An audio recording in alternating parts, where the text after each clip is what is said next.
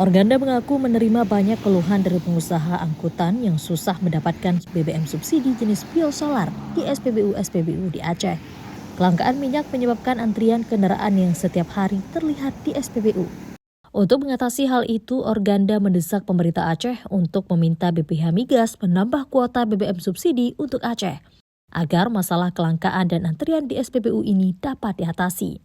Pihak Organda mengaku selain mengantri panjang, angkutan juga terkekang dengan surat edaran pemerintah soal pembatasan penggunaan BBM subsidi jenis solar. Pembatasan itu membuat anggota Organda angkutan jalur Banda Aceh Medan seharusnya membutuhkan 300 liter BBM untuk sekali jalan. Namun di dalam surat edaran pemerintah itu hanya boleh mengisi 200 liter. Sehingga awak angkutan merasa dirugikan baik biaya maupun waktu perjalanan. Ada pembatasan kepada kita. Saya memberi contoh, satu saja.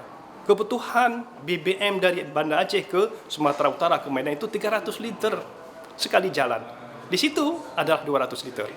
Makanya dalam hal ini, kami berharap kepada pemerintah Aceh supaya meminta kepada BPH Migas untuk menambah kuota.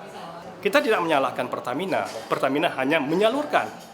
Maka dalam hal ini, kami selalu ada masukan-masukan dari masyarakat, baik transportasi maupun masyarakat lain yang memakai BBM subsidi ini, mereka mengeluh sekali. Sementara itu, Ombudsman Aceh juga melakukan investigasi terhadap antrian panjang kendaraan di SPBU. Menurut Ombudsman, antrian panjang di SPBU itu disebabkan adanya kenaikan harga Pertamax dan Dexlite. Sehingga pengguna kendaraan bermigrasi menggunakan BBM subsidi solar maupun yang beralih ke Pertalite.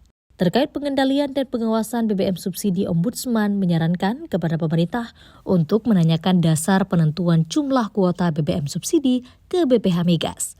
Karena dari data yang diperoleh Ombudsman, ada penurunan 10% kuota biosolar untuk Aceh dibanding tahun 2022. Kami sarankan pemerintah Aceh untuk berkomunikasi dengan BPH Migas, apa yang menjadi dasar penentuan kuota untuk jumlah biosolar dan Pertalite yang akan disalurkan ke Aceh. Apa dasar penetapan kuota ini? Dari data yang kami peroleh, ada penurunan 10% dari kuota biosolar untuk Aceh dibandingkan dengan tahun 2022. Antrian panjang kendaraan di SPBU untuk mendapatkan BBM subsidi hingga kini juga masih terjadi di beberapa SPBU di Banda Aceh dan beberapa kabupaten lain di Aceh. Mustajab, Kompas TV, Banda Aceh.